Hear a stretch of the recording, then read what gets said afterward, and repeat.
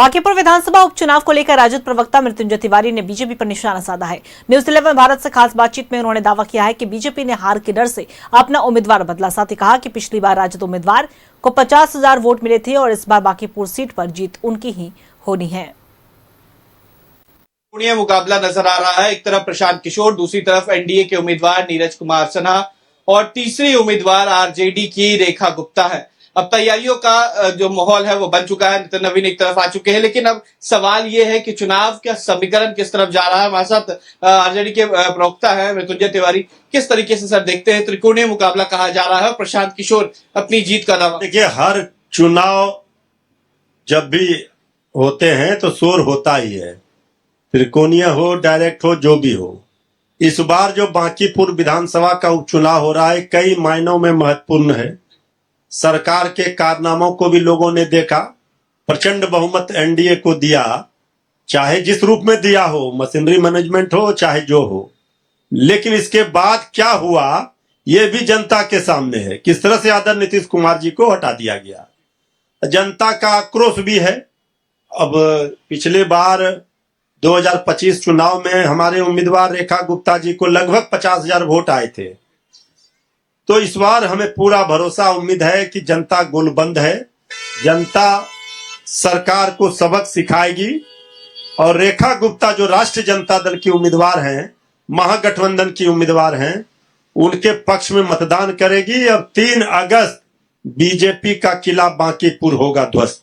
क्या लगता है कि एक उम्मीदवार को पहले हटाया गया, दूसरे उम्मीदवार को लाया गया और कई सारे आरोप लगाए जा रहे हैं कि हालांकि वो कह रहे हैं कि अपनी मर्जी से गए, लेकिन उसके पीछे कई कारण बताए जा रहे हैं। नहीं, ये तो सब लोग जान रहे हैं कि बीजेपी डरी हुई है। ये सीट पर बीजेपी पहली बार ये हुआ होगा, उदाहरण है जो नामांकन के बाद किसी प्रत्याशी ने अपना नाम वापस लिया। कारणों को लेकर के कई अटकलें लगाई जा रही है, कयास लगाए जा रहे हैं, हमें उस पर नहीं जाना है। लेकिन बीजेपी ने फिर जो उम्मीदवार दिया दूसरा अपना, उसको लेकर भी कई तरह की बातें चल रही हैं। तो ठीक है, जनता मालिक है, लोकतंत्र में जनता तय करेगी किसे पसंद करना है। लेकिन तेजस्वी जी जिस मुद्दे को उठा रहे हैं, बिहार के हित में, नौजवानों, गरीबों, मजदूरों, किसानों के हित में, अब जनता समझ रही है। जनता झांसे में बीजेपी के नहीं आएगी। सवाल है कि प्रधानमंत्री भी आ रहे हैं, गृह मंत्री भी आ रहे हैं प्रचार करने। क्या लग रहा है बांकीपुर सीट जीतना इतना ज्यादा मुश्किल हो गया बीजेपी? आदरणीय प्रधानमंत्री जी आ जाएं, गृह मंत्री जी आ जाएं, जो भी आ जाएं, इससे पता चलता है कि बीजेपी को किस तरह डर सता रहा है हार का।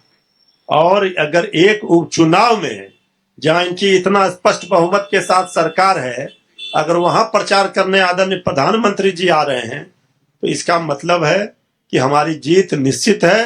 बीजेपी के उम्मीदवार में वो दम नहीं है जो बांकीपुर की जनता को पसंद हो। बहुत शुक्रिया। तो देखिए, सीधे तौर पे कहा कि जो जीत है वो हमारी सुनिश्चित है, क्योंकि जब ऐसे उपचुनाव में प्रधानमंत्री और गृह मंत्री को आना पड़ जाए तो जीत जो है वो पहले से ही सुनिश्चित हो जाती है। वहीं दूसरी तरफ कहा कि बीजेपी ने दिखाया कि किस तरीके से उन्होंने पहले उम्मीदवार को हटाया, दूसरे उम्मीदवार को सामने लाया। तो ये आने वाले समय में ये साफ बताता है कि बांकीपुर में अब क्या होने वाला है। वीडियो जर्नलिस्ट अखिलेश्वर के साथ उत्कर्ष, न्यूज 11 भारत।